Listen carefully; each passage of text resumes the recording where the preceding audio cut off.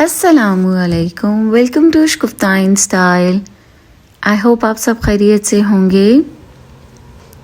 अल्हम्दुलिल्लाह, अल्लाह के फजल करम से हम सब भी खैरियत से हैं। आज की वीडियो में मैंने आपके साथ मॉर्निंग रूटीन को शेयर किया है और कुछ यूज़फुल आइडियाज़ को भी शेयर किया है और इंशाल्लाह ताला आपके लिए बहुत ज़्यादा हेल्पफुल रहेंगे।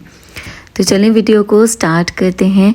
सबसे पहले मेरे तमाम व्यूवर्स का बहुत बहुत बहुत ज़्यादा शुक्रिया for liking my videos and for appreciating मी।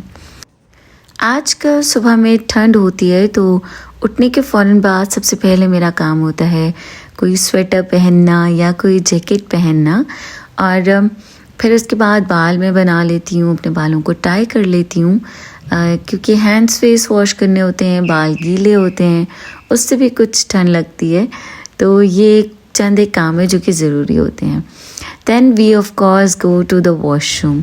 अच्छा, आज के दिन जब मैं वॉशरूम में गई तो समटाइम्स ऐसा होता है कि वॉशरूम की मैं पहले क्लीनिंग करती हूँ और उसके बाद जो है वो मैं अपना हैंड्स फेस वॉश करती हूँ या शावर ले लेती हूँ। अब काफ़ी दिन से मैं सोच रही थी कि ये जो मेरे वॉशरूम का टैप है इसको ज़ंग लग गया था। एक्चुअली हुआ ये कि इस पे ना जो हार्पिक होता है ना वो लगा दिया था साफ़ करते हुए, तो इसका गोल्डन कलर थोड़ा ख़राब हो गया। तो अब फिर मुझे किसी ने बताया था कि इसके ऊपर जो है वो आप लीमू और सोडा लगाएं और ये ज़ंग जो है ये उतर जाएगा।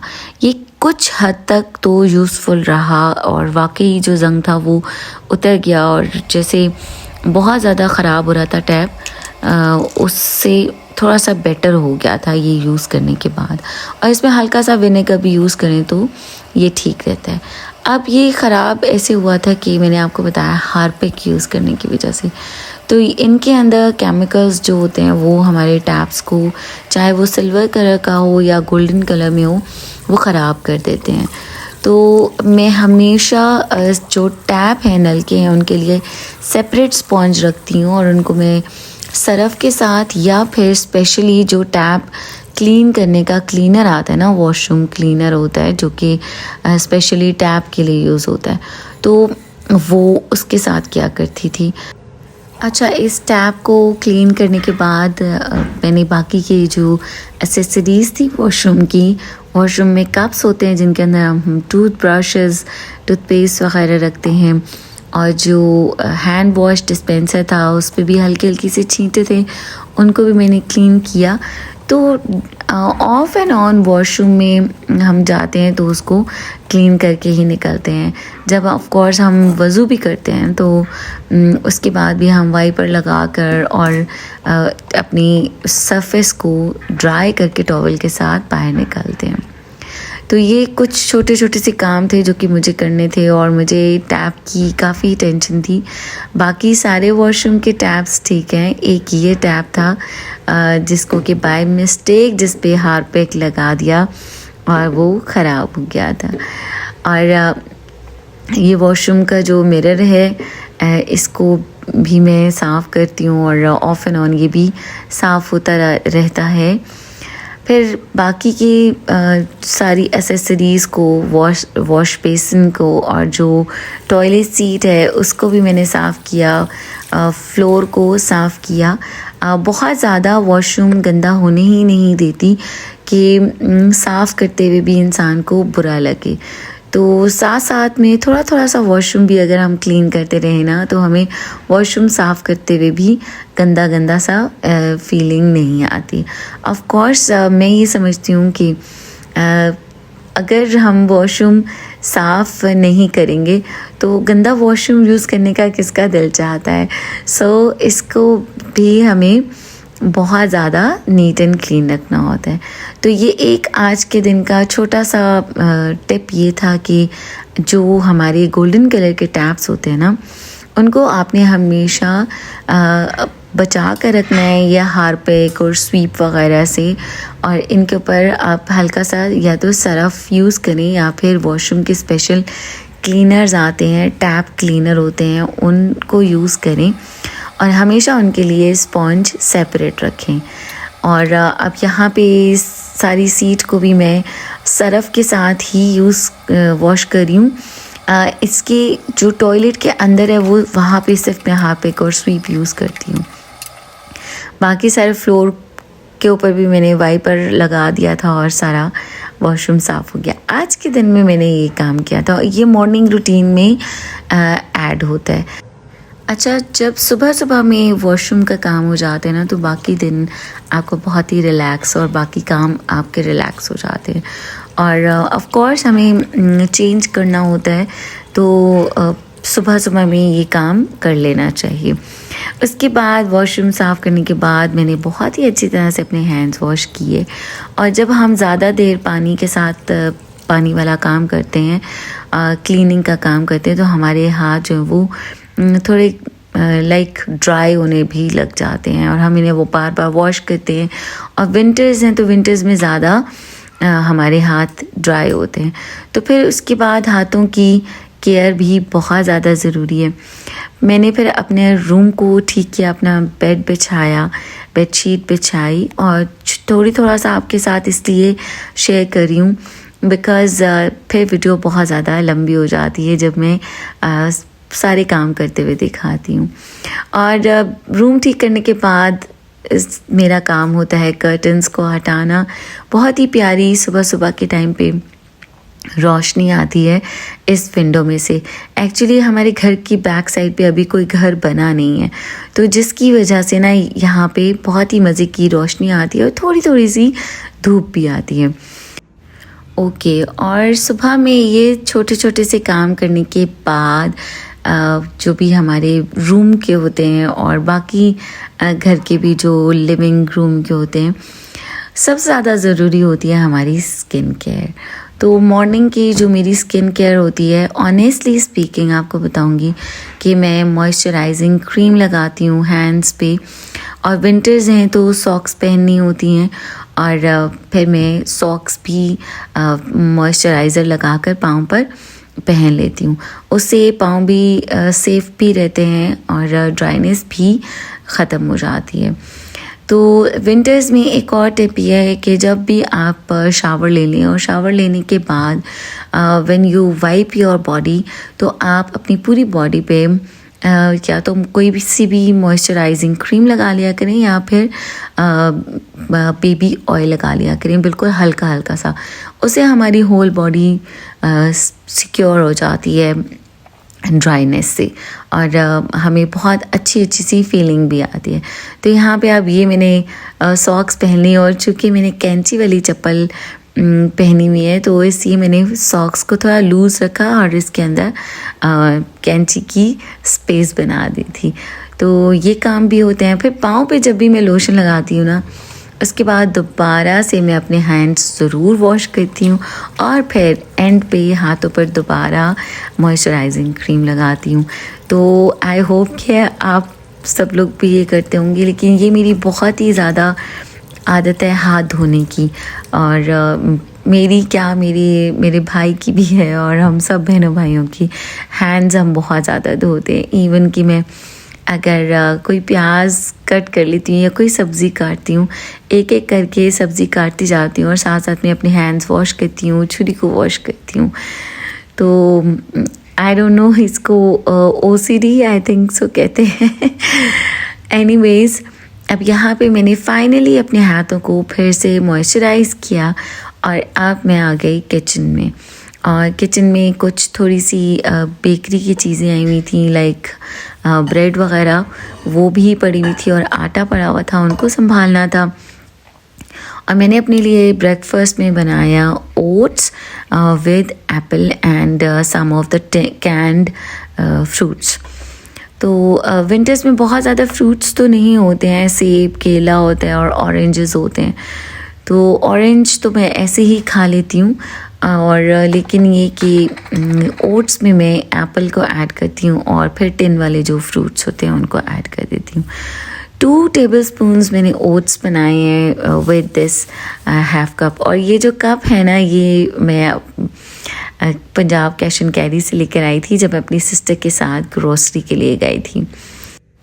अच्छा, आज आप सबके साथ ना एक फ्रेशली मुझे कमेंट आया है, जो कि मैंने वीडियो लगाई थी अपने डर्टी किचन, मिनी किचन के टूर की, और उन्होंने मुझे कमेंट में कहा कि बिल्कुल कैबिनेट्स जो हैं वो न्यू लग रही हैं। इस जगह पर तो वॉशिंग मशीन थी और फिल्टर आपका लगा हुआ था।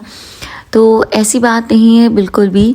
जो मेरा किचन है उसकी कैबिनेट्स न्यू बिल्कुल भी नहीं है। जब हमने घर की कंस्ट्रक्शन करवाई थी, इट्स लाइक 2.5 years और 3 years ओल्ड।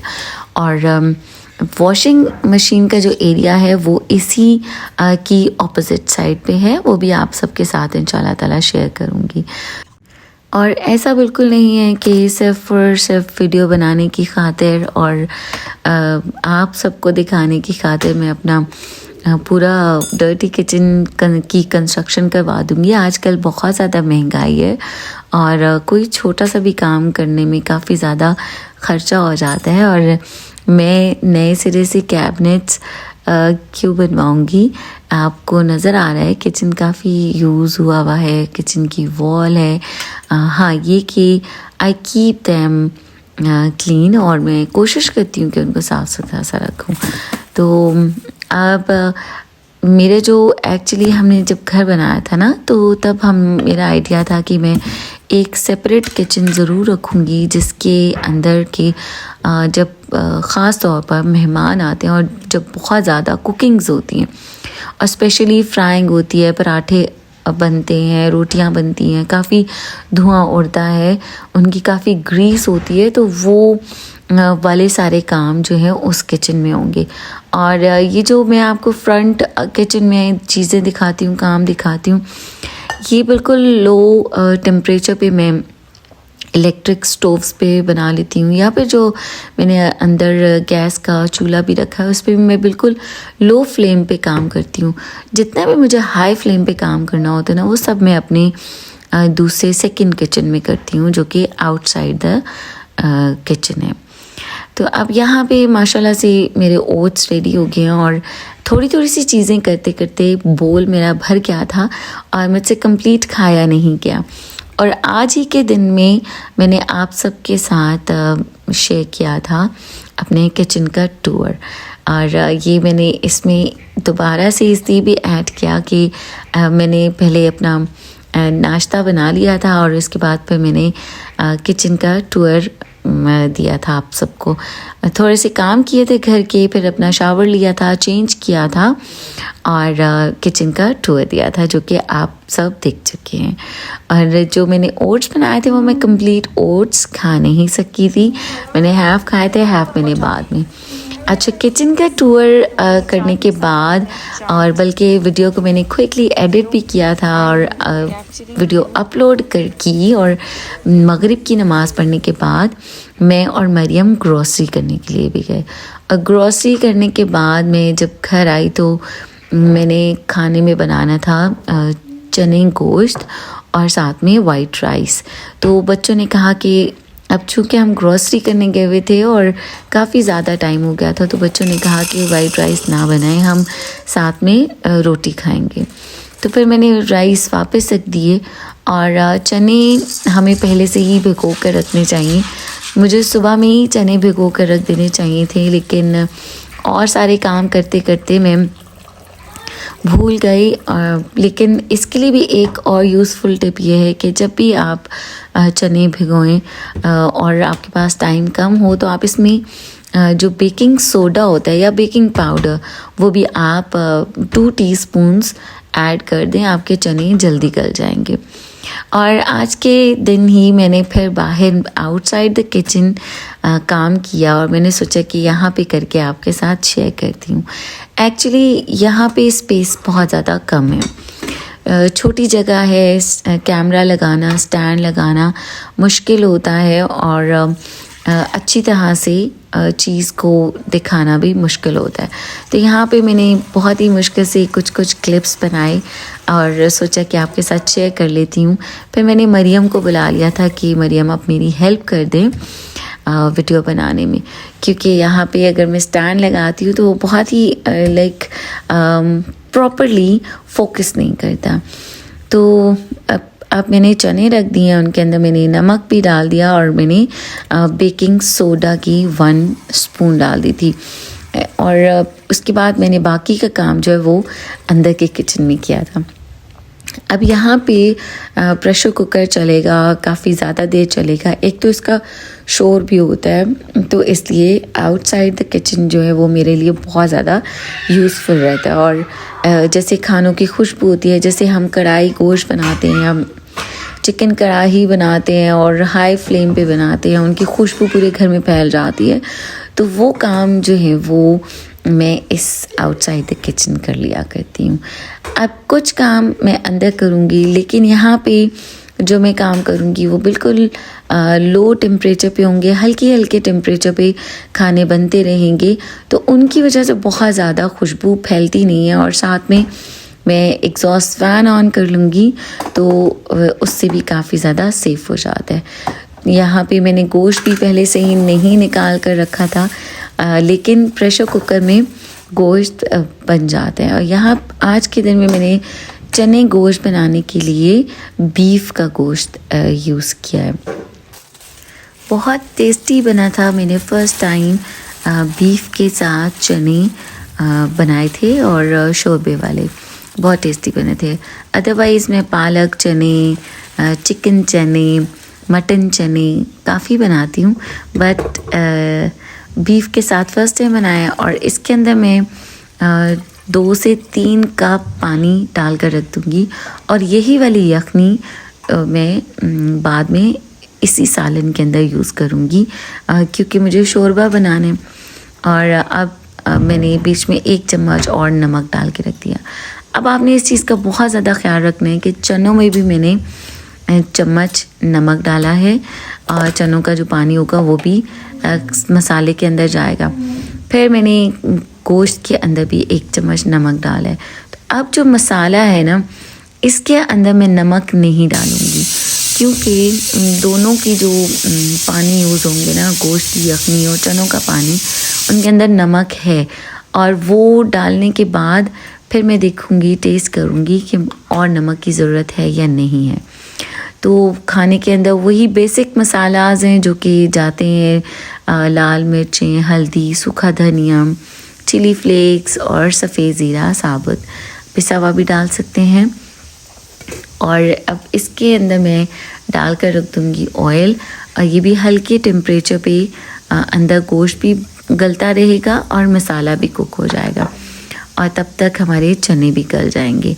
चनों को गलने में काफ़ी टाइम लगा था, इसीलिए इनको मैंने बिल्कुल हल्की आंच पे रख दिया। अब मेरी नज़र पड़ी थी इन जार्स के ऊपर, और साथ में मरियम मुझे कुछ दिखाने के लिए आ गई थी फ़ोन में। और ये जार्स मैं ऊपर से तो साफ़ करती थी, लेकिन इनके किनारे पे डस्ट हो रही थी, और जब मैंने स्पून्स निकाले तो इनकी अंदर बिल्कुल बॉटम में जाले से जमा हो गए थे, मट्टी मट्टी सी। तो फिर मैंने सोचा कि अब इनको भी वॉश कर दूँ, इनके ट्रे को भी वॉश कर देती हूँ। तो ऑफ एंड ऑन हमें ये छोटे छोटे से काम करने पड़ते हैं।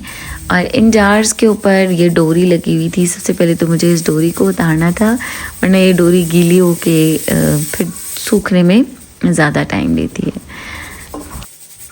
अच्छा, अब जब हम कुकिंग कर रहे होते हैं ना, और हम वेट कर रहे होते हैं कि खाना बन रहा है, तो उसके साथ साथ में हम कुछ इस तरह के छोटे छोटे काम कर लेते हैं, जिसकी वजह से हमारा किचन भी नीट एंड क्लीन रहता है और ऑर्गेनाइज्ड रहता है। और इसके अलावा हम साथ में जब टेबल लगानी होती है, बर्तन भी लगा लेते हैं, वो काम भी कर लेते हैं। साथ साथ खाना बनता रहता है, उसको भी चेक करते रहते हैं, उसमें भी चम्मच हिलाते रहते हैं।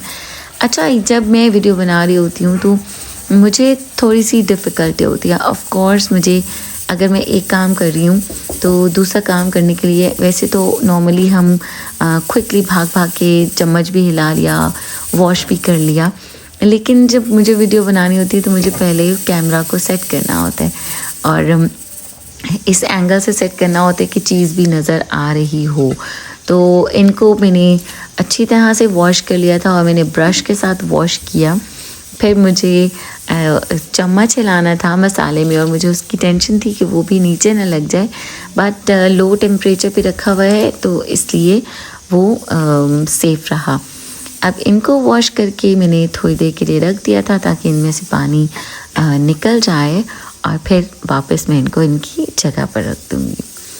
अब साथ साथ में चने भी कुक हो रहे हैं और यहाँ पे अब मैंने चेंज कर दिया है प्लेस को, क्योंकि जो मसाले वाली साइड थी ना वो बिल्कुल लो था और जब मैंने मसाले में चम्मच चलाया था तो मैंने उसका चूल्हा भी बंद कर दिया था और प्रेशर कुकर का मुझे ओपन करना था, तो इसलिए मैंने चेंज किया क्योंकि कुकर की जो स्टोव है ना उसकी प्लेट हॉट रहती है, तो जिसकी वजह से फिर स्टीम निकलती है और वो निकलती रहती है और उसके अंदर बनती रहती है स्टीम और निकलती रहती है। सो अब यहाँ पे पहले मैं मसाले के अंदर ऐड कर दूँगी गोश्त को और अच्छी तरह से भूनती रहूँगी। ये जब बहुत अच्छी तरह से मसाला भुन जाएगा ना, कुक हो जाएगा, तो उसके अंदर फिर मैं पहले चने ऐड करूँगी। पानी दोनों का, जो यखनी है गोश्त की और जो चनों का पानी है, वो दोनों मैं बिल्कुल एंड पे ऐड करूँगी। पहले मैं मसाला भूनूँगी।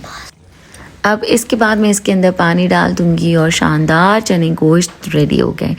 और अब एंड पे क्विकली, बच्चों को बहुत ज़्यादा भूख लग रही थी, टाइम काफ़ी ज़्यादा हो गया था, तो मैंने जल्दी से खाना लगाया, जल्दी से बच्चों को खिलाना शुरू कर दिया। मोहित को चूँकि मैं ख़ुद खाना खिलाती हूँ तो मैं भूल गई कि मुझे वीडियो बनानी है, लेकिन मैंने फिर भी एंड पे थोड़ा सा क्लिप आपके साथ शेयर ज़रूर किया है। यहाँ पे आपने देखा कि मैंने यखनी भी डाल दी, चनों का पानी भी डाल दिया और मेरे जार्स भी वॉश हो गए। इसी तरह से छोटे छोटे काम करने से हमारे बहुत सारे काम हो जाते हैं। और शानदार मेरे चने गोश्त भी बन गया है, बहुत अच्छे से चने गल गए थे। अगर ज़्यादा और पानी डालने की ज़रूरत पड़े तो आप डाल सकते हैं। यहाँ पे ये देखेंगे बच्चे खाना खा रहे थे, जब एंड पे मैं बिल्कुल उठ गई थी मोहित को खाना खिलाने के बाद, तो मैंने छोटा सा क्लिप आपके साथ शेयर किया। आई होप आपको आज की वीडियो भी अच्छी लगी होगी और आपने मुझे कमेंट्स में बताना है कि जो मैंने आपको टिप्स बताई हैं वो आपके लिए यूज़फुल रही या नहीं। अच्छा, अब यहाँ पे ग्रॉसरी को भी चूँकि हम करके लेकर आए थे और मुझे संभालना था, तो फिर मैंने ग्रॉसरी संभाली, लेकिन वो आपके साथ नेक्स्ट वीडियो में शेयर करूँगी। I hope you like the video. आप अपना ख्याल रखिएगा, अपने प्यारों का ख्याल रखिएगा। अल्लाह हाफ़िज़।